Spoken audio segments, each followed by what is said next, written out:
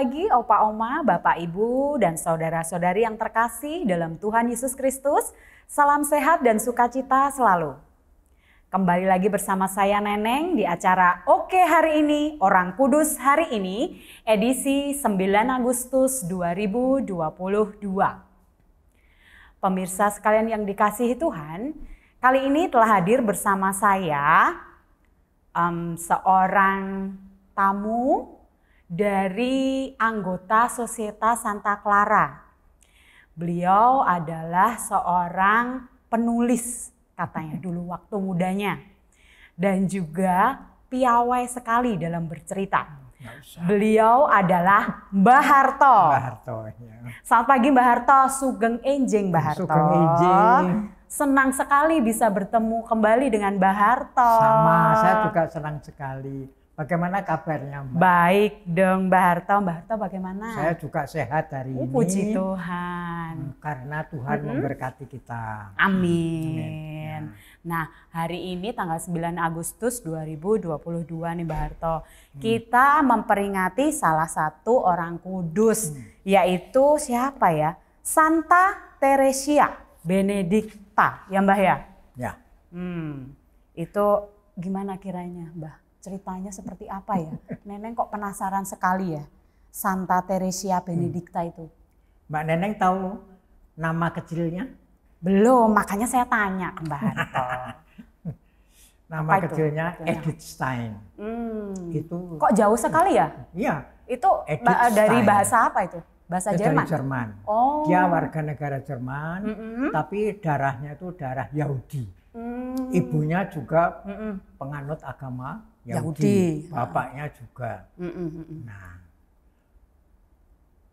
ceritanya bahwa ayahnya itu punya perusahaan kayu kan, ya kayu cukup kaya dia. Kemudian kawin dengan Augustine itu, Augustine itu ibunya. Lalu mempunyai anak 11. Waduh, pada waktu itu belum ada program KB ya Mbak ya? Belum. Banyak anak, banyak rezeki. Iya.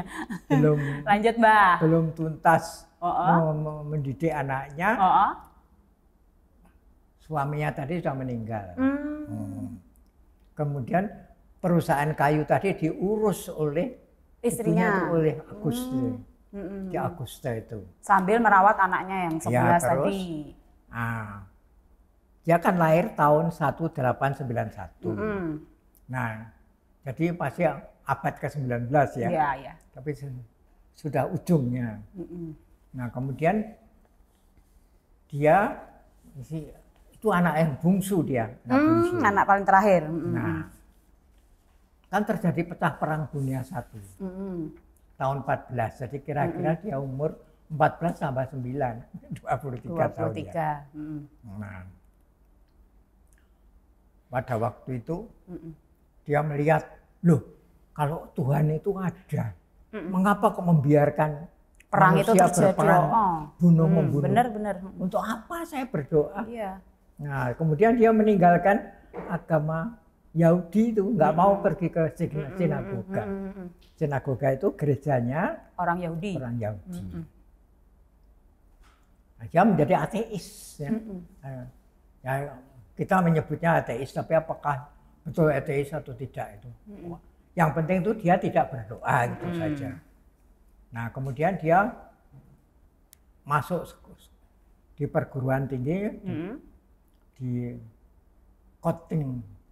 Itu ya Göttingen. Di Göttingen, ya pakai G ya. Di Göttingen itu dipimpin oleh Husserl. Husserl itu terkenal dengan aliran fenomenologi. Apa itu ya fenomenologi? Apa itu fenomenologi? Aliran filsafat ya? Aliran filsafat itu. Aliran filsafat yang mengutamakan tentang fenomen.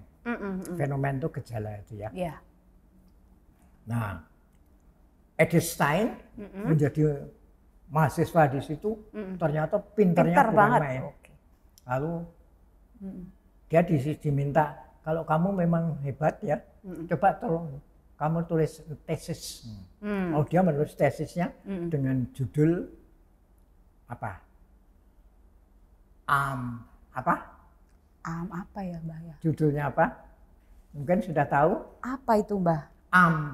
Empati. Empati, ya. Apa itu empati Mbah? Itu terjemahan. Tapi waktu itu istilahnya bukan empati.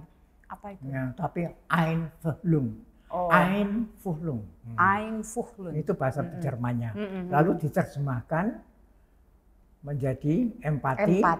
Kemudian kembali lagi, kemudian orang Jerman memakai istilah empati. Nah, mungkin Mbak Neneng, apa artinya empati? Apa ya? Kemampuan mental yang kemampuan mental untuk ikut memahami dan merasakan apa yang dirasakan oleh orang lain. Nah, betul ya? Jadi kemampuan mental untuk memahami, kemudian merasakan apa yang diderita oleh orang lain. Contohnya seperti apa itu? Contohnya misalnya saya lihat Mbak Neneng kok suram, apa itu sedih kelihatannya. Waktu itu pasti sedih ya. Lalu Mbak Neneng, saya lihat wajahnya seperti orang sedih. Betul sedih ya? Enggak. Betul. Kenapa kok sedih? Ya karena saya ditinggal oleh ayah saya. Kenapa kok langsung? Terus saya berpikir, kenapa ya kira-kira menujukan. Lalu mereka teringat akan aliran Kantan. Apa itu? Apa itu Kantan? Kantan itu berarti, kalau nggak salah loh ya Mbah ini, pengikut Immanuel Kant. Ya betul. Nah. Jadi ikut aliran atau yang ditunjukkan oleh Immanuel Kant. Immanuel Kant mengatakan bahwa gejala itu ada dua macam, yaitu gejala yang kelihatan dan gejala yang tidak kelihatan. Fenomen dan nomen. Nah, jadi ada dua macam. Tapi itu ditentang oleh Husserl. Husserl mengatakan fenomenologi bukan itu. Itu kan urusan nomen, itu urusan ilmu tafsir. Itu. Jadi kami tidak menggunakan ilmu tafsir. Ya. Kemudian memakai fenomenologi asli. Nah, terus si siapa? Edelstein kan, betul. Saya juga ikut dan itu apa yang dikemukakan oleh profesor. Baik kalau begitu saya angkat menjadi asisten. Karena kepandaiannya tadi. Dia dapat itu cum laude, dapat nilai bagus sekali. Lalu di sana. Kemudian pindah dia dari Göttingen ke Freiburg. Dari Freiburg, ya. Freiburg dia juga menjadi itu pengikutnya makin banyak, ada Max Scheler, ada Merleau-Ponty. Nah itu jago-jago fenomenologi semua, fenomenolog semua itu. Nah dari pergaulannya dengan Max Scheler, Max Scheler itu orang Katolik yang begini, dia terpengaruh ya, ingin tahu tuh Katolik itu apa, tapi ya belum jelas, belum ya itu belum fiat. Nah kalau istilahnya Bunda Maria belum fiat.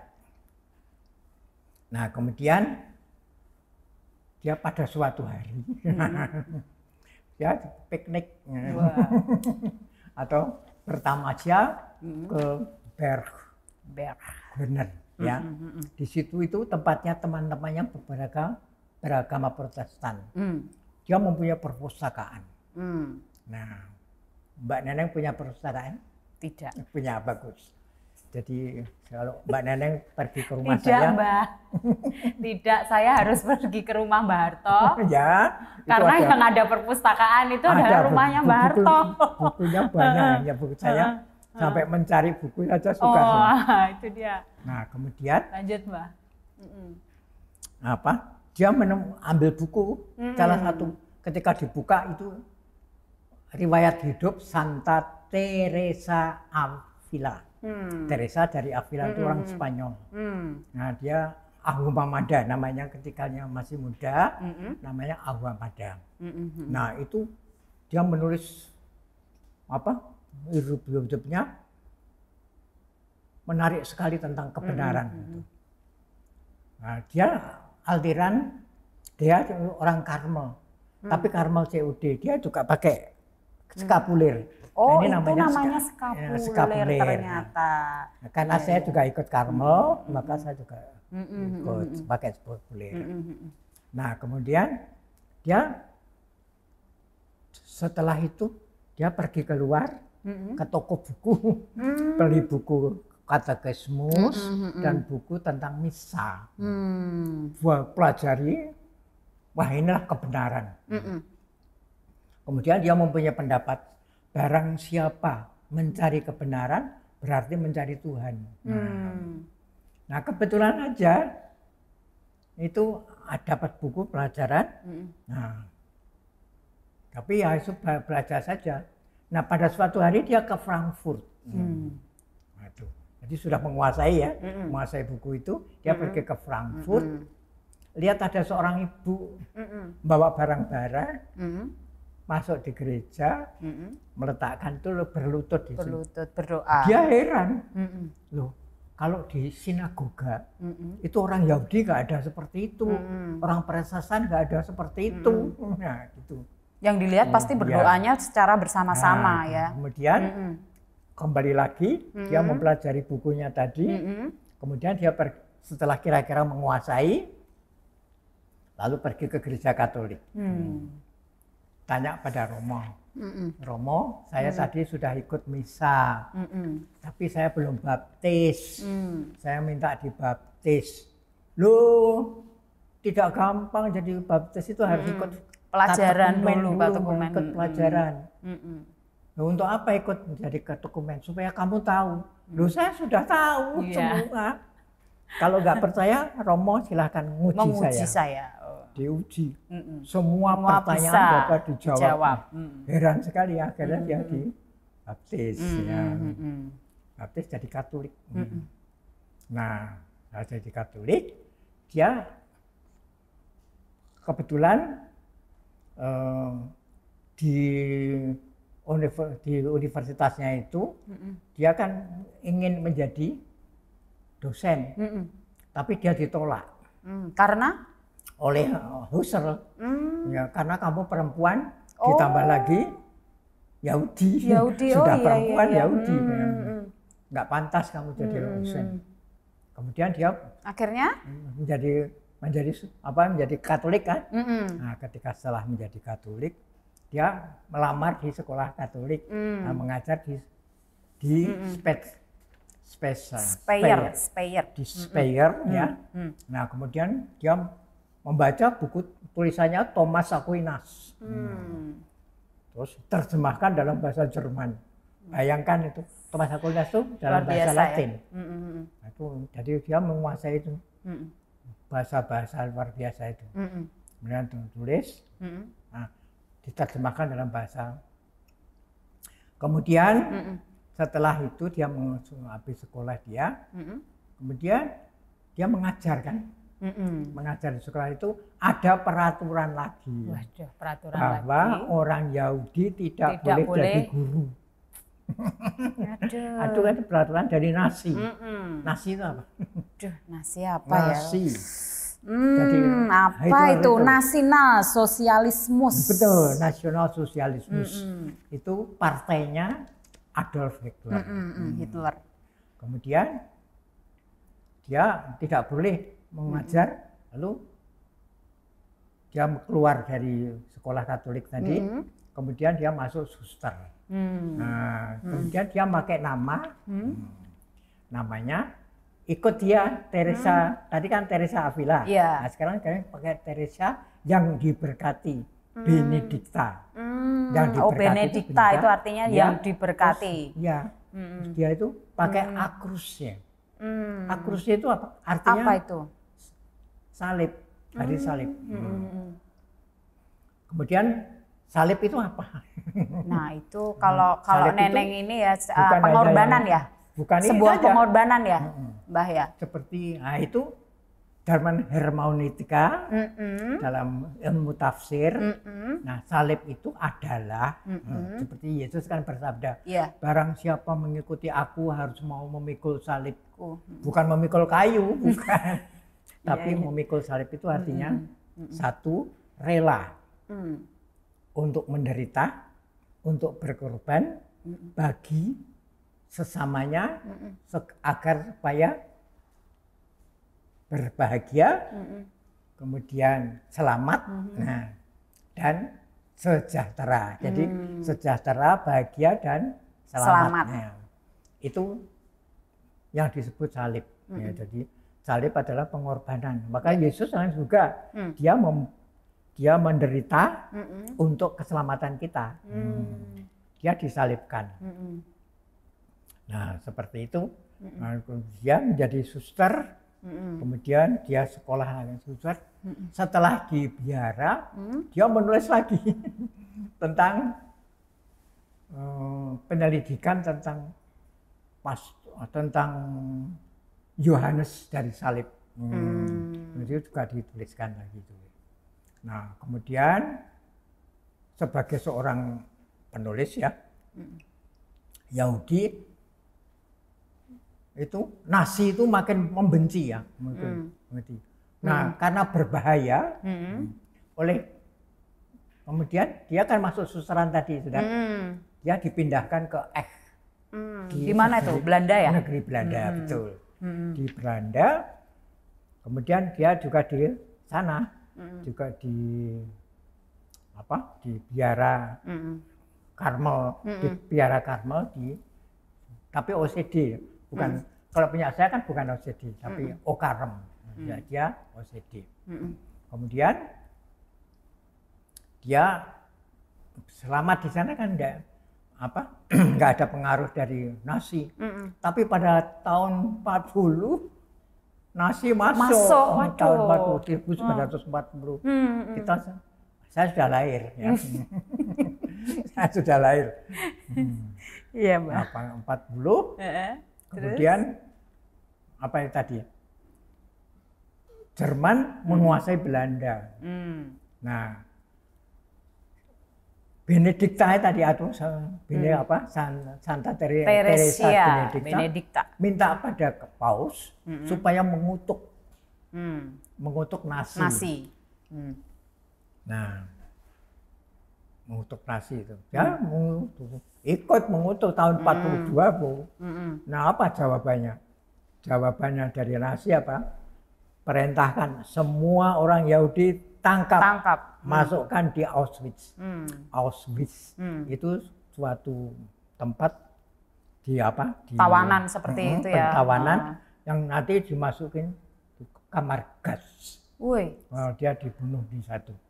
Jadi dia ditangkap bersama saudaranya namanya Rosa.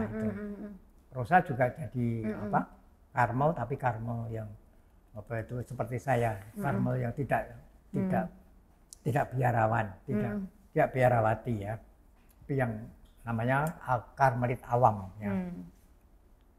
Terus ya habis itu mati dia tanggal 9 Agustus 2000 dia lalu dinyatakan sebagai martir. Jadi pada waktu itu kan Jerman tuh membunuh 6.000 orang Yahudi. Pada masa itu ya, kejam sekali. Itu saja saya kira sekilas cerita tentang Benedikta,